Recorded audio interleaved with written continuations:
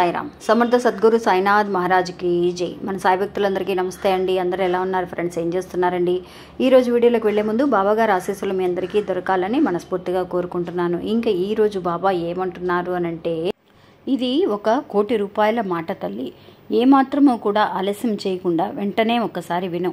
నువ్వు విన్నాము అని అంటే కనుక నీ చేతికి 25 లక్షల రూపాయలు అందడం అనేది జరుగుతుంది. ఈ అవకాశం అనేది నీకు మళ్ళీ మళ్ళీ రాదు అని చెప్పి బాబా ఒక అద్భుతమైన ఒక సందేశాన్ని ఇస్తున్నారండి. ఏంటి బాబా ఇలా అంటున్నారు, ఏం చెప్పబోతున్నారు అనేది ఈరోజు వీడియోలో తెలుసుకుందాం. ఇంకా వీడియోలోకి వెళ్ళడానికి ముందుగా మన ఛానల్ ఎవరైతే కనుక కొత్తగా చూస్తున్నారో వాళ్ళు ప్లీజ్ సబ్స్క్రైబ్ చేసుకోండి ఫ్రెండ్స్. మీకు వీడియో నచ్చితే కనుక ఒక చిన్న లైక్ చేసి సపోర్ట్ చేయండి, మీ ఫ్రెండ్స్ కూడా షేర్ చేయండి. మనకి తెలిసిన పెద్ద ఆయన ఒక ఆయన ఉన్నారండి. ఈయన మన ఇండియాలో మాత్రమే కాకుండా యుఎస్లో ఉన్న వాళ్ళకి కూడా జోస్యం చెప్తూ ఉన్నారు.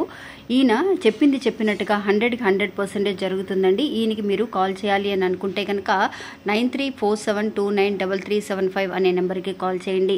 ఈ పెద్ద ఆయనండి వశీకరణ చేశారు అనంటే 100కి 100% జరుగుతుందండి. అంతేకాకుండా స్త్రీ పురుషుల మధ్య గుప్త సమస్యలకి ఎలాంటి ఒక కష్టాలు లేకుండా శాశ్వతంగా పరిష్కారం అనేది ఇస్తూ ఉన్నారు. మీరు ఒక్కసారి ఆయనకి కాల్ చేసి చూడండి.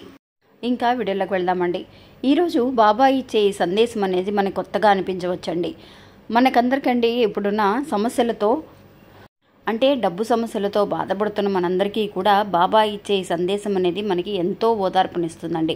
నిజంగా డబ్బు అంటే ఎవరికైనా ఆశ అనేది ఉంటుంది. 1 కోటి రూపాయలు ఒక విలువ చేసే ఒక విషయం మనకి దక్కబోతుంది, బాబా దాని గురించి ఏదో చెప్పబోతున్నారన్న ఆతృత అనేది అందరికీ ఉంటుందండి. నిజంగా అలాంటి అవకాశం కనుక మనకి కలిసి వస్తే, అలాంటి అవకాశాన్ని బాబా మనకి ఇవ్వగలిగితే నిజంగా మనందరము అదృష్టవంతులమేనండి. ఎందువల్లంటే ఆ డబ్బు కోసమే కదా మనం కష్టపడుతూ ఉన్నాము. అలాంటి అవకాశాలు ఖచ్చితంగా మన జీవితంలో వస్తాయండి. ఇప్పుడు ఇలా ఉన్నాము, మన పరిస్థితి ఇలా ఉంది అంటే మన జీవితం అనేది మారదు అనే అర్థమేమీ కాదు. జీవితంలో మనకి కూడా ముందు మంచి అవకాశాలు ఉన్నాయి. అలాంటి అవకాశాలలో ఇప్పుడు గనక నువ్వు ఈ మాటని బాబా చెప్పబోయి ఈ మాటని మనం అర్థం చేసుకుంటే ఖచ్చితంగా 25 లక్షల రూపాయలు అనేవి నీ చేతికి అందుతాయి అని చెప్పి చెబుతున్నారండి. ఎందుకు అలా అంటున్నారు అనేది మనం తెలుసుకుందాం. ఒక ఊర్లో అండి 2 ఫ్రెండ్స్ ఉన్నారు. వాళ్ళిద్దరు అండి బాబా అంటే చాలా ఇష్టం. ఒక భక్తుడేమో చాలా డబ్బు అంటే చాలా పిచ్చి అనమాట. అతనికి ఎంత డబ్బు ఉన్నా కూడా ధనవంతుడే, ఇంతకీ కూడా అతనికి ఇంకా కూడా డబ్బు సంపాదించుకోవాలని ఆశ అనేది అతనికి ఉంది. అతను బాబా దగ్గర ఒక మాట అడుగుతాడనమాట. బాబా, నేను ఈరోజు ఒక లాటరీ తీశాను బాబా. ఆ లాటరీలో నాకు 1 కోటి రూపాయలు విలువ చేసే ఒక లాటరీ బాబా. అది అలాంటి ఒక లాటరీ అనేది నాకు దక్కితే కనుక అందులో మీకు ఎలాగైనా సరే ఒక 25% అంటే 25 లక్షలు అనమాట. 25 లక్షలు మీకు కానుకగా ఇస్తాను. అలాంటి ఒక లాటరీని నాకు తగిలేటట్టుగా చెయ్యండి బాబా అని చెప్పి ఒక భక్తుడు కోరుకోవడం అనేది జరుగుతుందండి. నిజంగా ఇలాంటి ఒక ఆలోచన అనేది అతను సాధారణంగా ఉండే మనుషులకి ఎవరికైనా సరే అనిపిస్తుంది. మనకి లాటరీ పిచ్చి ఉన్న వాళ్ళు ఎవరైతే ఉన్నారో, ఇంకా ధనవంతులుగా ఉన్నా కూడా వాళ్ళ ఆశ అనేది అలా ఉంటుందండి. ఇంకా డబ్బు వస్తే ఎవరమైనా సరే వద్దని అన్నాం కదా, అలాగే ఆ భక్తుడు కూడా కోరుకున్నాడు. ఇంకా రెండో భక్తుడు అండి, ఇతను నిజంగానే సరే మరీ లేని వాళ్ళేం కాదు, మిడిల్ క్లాస్ ఫ్యామిలీ అనమాట. అతనికి డబ్బు మీద పెద్దగా ఆశ అనేది ఏమీ లేదు. అది ఉన్నంత వరకు సరిపెట్టుకుందాంలే అనుకున్న ఒక ఆలోచన కలిగిన వాడు. నిజంగా ఈ భక్తుడు అండి నిజంగా ఒకసారి ఈ ఫ్రెండ్ని అంటే ముందు చెప్పాను కదా, అతన్ని అక్కడ గుడిలో కలవడం అనేది జరుగుతుందనమాట. వాళ్ళు ముందుగానే ఒక ఫ్రెండ్స్ అండి, చాలా ఏళ్ల తర్వాత వాళ్ళిద్దరు కలవడం అనేది జరిగింది. అతను చెప్తాడనమాట, అరే నేను ఇలాగా మనం ముందుగానే ఫ్రెండ్స్ మనకి ఇలాగ స్కూల్లో చదువుకున్నాము, పలానా స్కూలు పలానా క్లాస్ అని చెప్పినప్పుడు, ఓ నువ్వా, నేను చాలా రోజులు చిన్నప్పుడు ఎప్పుడో చూశాను, గుర్తు రాలేదురా నాకు, ఏమి అనుకోమాక అని చెప్పి ఇద్దరు కూడా పరిచయం చేసుకుంటారనమాట. అలా పరిచయం అయిన తర్వాత ఈ ఫస్ట్ ఉన్న వ్యక్తి చెప్తాడు, ఏం చేస్తున్నావు అది ఇదనంటే, ఇలా బిజినెస్ చేస్తున్నానరా, ఇప్పుడు బాగానే ఉన్నాం మేము అని చెప్పి ఆ ధనవంతుడు చెప్తాడండి. ఈ రెండో అతను కూడా, నాకు ఏమీ లోటు లేదు, బాబా దయ వల్ల నన్ను బాబా బాగానే ఉంచారు ఈ రోజున అని చెప్పేసి చెప్తాడనమాట. అప్పుడు ఏంటి ఇలాగా ఏదో చేతిలో పెట్టుకుంటాడండి ఆ లాటరీ టికెట్. గుడికి వస్తారు కదా, గుడి దగ్గర బాబా పాదాల దగ్గర పెడదామని తీసుకొస్తాడనమాట. అది ఈ రెండో ఫ్రెండ్ చూసి అడుగుతాడనమాట, అరే ఏంటి ఇది చేతిలో పెట్టుకున్నావు, ఏంటి ఒక లాటరీ టికెట్ లాగా ఉంది అని అన్నప్పుడు చెప్తాడనమాట, అవునరా నేను ఒక లాటరీ లాటరీ తీశాను, అది ₹1,00,00,000 విలువ చేసే లాటరీ. అది నాకే దక్కితే కనుక నిజంగా బాబాకి 25 లక్షలు నేను ఇద్దామని అనుకుంటున్నాను. ఉండిలో వేద్దాము అంటే లేని వాళ్ళకి దానం చేద్దామని నేను అనుకుంటున్నాను. ఇది నిజంగా అత్యాశ లేకపోతే ఇది నిజంగా జరిగితే బాగుంటుందా అని ఒక విషయం అనేది మనకు తెలియదండి. అతనికి ఒక అలవాటు అనమాట. అలా లాటరీలు తీస్తే అందులో మనీ రావాలి, ఆ మనీ కోసం ఆ లాటరీల కోసమే డబ్బును వేస్ట్ చేస్తూ ఉంటాడనమాట ఇలాగే. కానీ ఇంతవరకు కూడా అతనికి లాటరీ అనేది రాలేదు.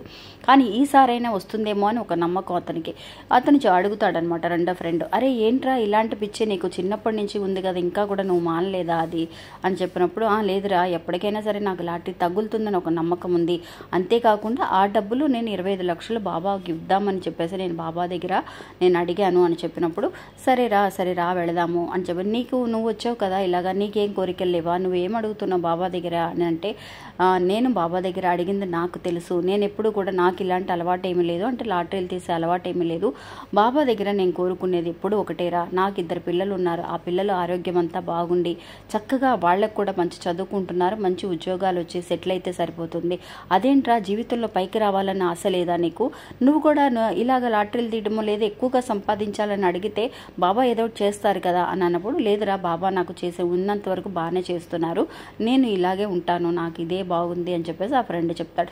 సరే ఇంకా నీ ఇష్టం, ఎవరి పద్ధతులు వాళ్ళకు ఉంటాయి కదా, ఎవరి ఆలోచనలు వాళ్ళకు ఉంటాయి. అలాగే ఆ ఫ్రెండ్ కూడా వెళ్ళాడండి, బాబా పాదాల దగ్గర పెట్టిమ్మన్నాడు, ఆ లాటరీ తీసుకున్నాడు.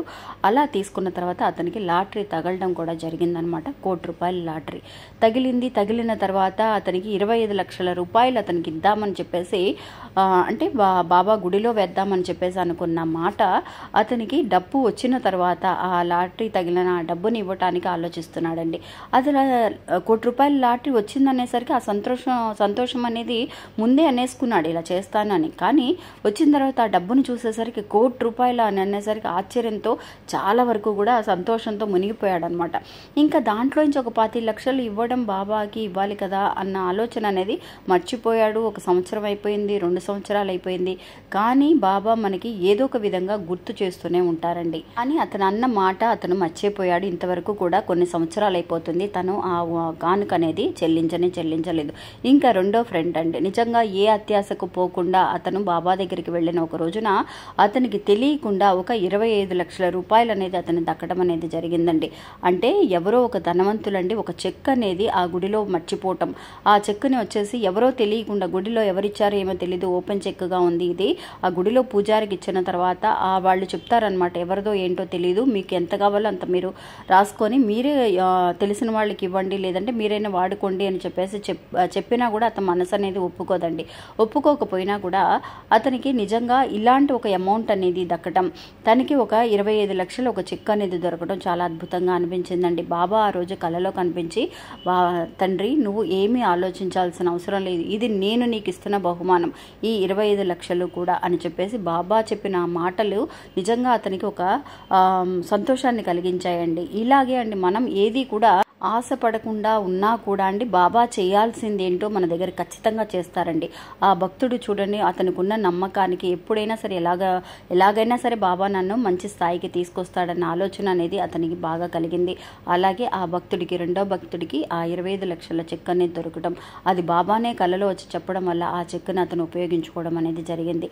కానీ ఆ ముందున్న భక్తుడు అండి అత్యాశ వల్ల అతను డబ్బంతా కూడా వృధా చేసుకొని చివరికండి తనకి అత్యాశ పడకూడదు అనే విషయాన్ని ఈ ఫ్రెండ్ ద్వారా తెలుసుకోవడం అనేది జరిగింది.